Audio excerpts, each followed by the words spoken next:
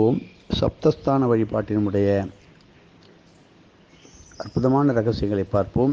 சப்த ஆலயங்களிலே ஒவ்வொரு ஆலயத்திலும் மயிலை சப்தஸ்தான வழிபாடு என்ற விசேஷமான வழிபாட்டு முறை இருக்கின்றது. அது மயிலாப்பூரில் உள்ள முருகனின் சிங்காரவேலன் சன்னதியை ஸ்ரீராமரே வழிபட்டது என்பதை பார்த்தோம். ஸ்ரீராமனின் காலத்திலிருந்தே இந்த விதமான சப்தஸ்தான வழிபாடு சிறப்பு பெற்றிருந்தது. இப்பொழுது அது மறைந்துவிட்டது. மீண்டும் அதை தொடர வேண்டும்.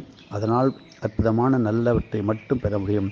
திருவையாற்றை சுற்றிலும் எப்படி திருப்பழனம், திருப்பந்துருத்தி, திருவேதிக்குடி, திருவையாறு, திருநைத்தானம், திருக்கண்டியூர், திருச்சோட்டுத்துறை, இப்படி 7 தலங்கள் எப்படி சப்தஸ்தான வழிபாடாக விளங்குகிறதோ அதை போல மயிலாப்பூர் சப்தஸ்தான வழிபாட்டு முறையிலே முதலில் காரணீஸ்வரர் ஆலயம், 2 தீர்த்தபாலீஸ்வரர் ஆலயம், 3 வெள்ளீஸ்வரர் ஆலயம், 4 விருப்பாட்சீஸ்வரர் ஆலயம், 5 வாலீஸ்வரர் ஆலயம், 6 மல்லீஸ்வரர் ஆலயம், இப்படி ஆகிய 6 சிவஸ்தலங்களுடன் நிறைவாக 7வது ஸ்தலமாக அற்புதமான ஸ்ரீ கபாலீஸ்வரர் ஆலயம் இங்கே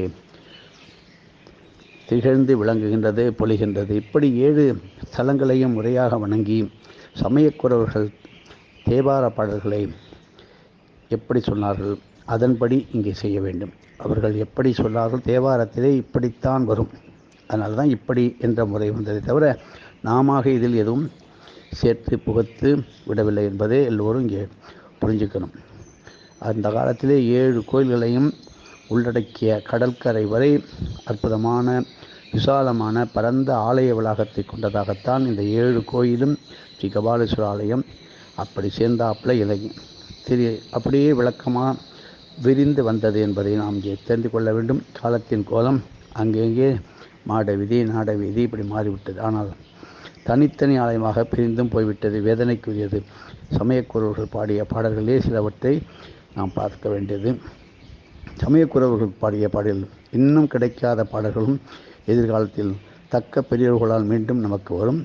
தெய்வ தமிழ் திருநாட்டிலே ஒவ்வொரு வீட்டிலும் தினமும் காலையிலும் மாலையிலும் தேவார பதிகங்கள் ஓதினால் தான் சமயக்குறவர்களுக்கு நாம் ஆற்ற வேண்டிய நன்றி கடனை ஒரு சிறிதளவாது செலுத்தியதாக இருக்கும்.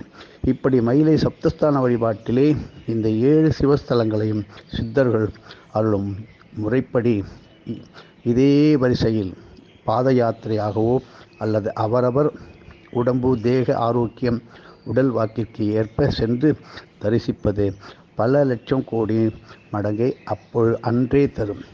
காரிய சித்தி, குடும்பத்தில் அமைதி, திருமண பிராப்தி, பிள்ளைப்பேறு, பித்ரு சாந்தி, சந்ததி விருத்தி போன்ற அநேக நல்வரங்களையும் இந்த வழிபாடு நமக்கு அளிக்கும். இந்த வழிபாட்டில் இன்னும் பல விதமான பலன்கள் இருக்கின்றது. பார்ப்போம். பாகம் 2 ஆரம்பிப்போம். பொற்கொடி அம்மன் சமேத ஸ்ரீ காரணீஸ்வரர் ஆலயத்தினுடைய மகிமை.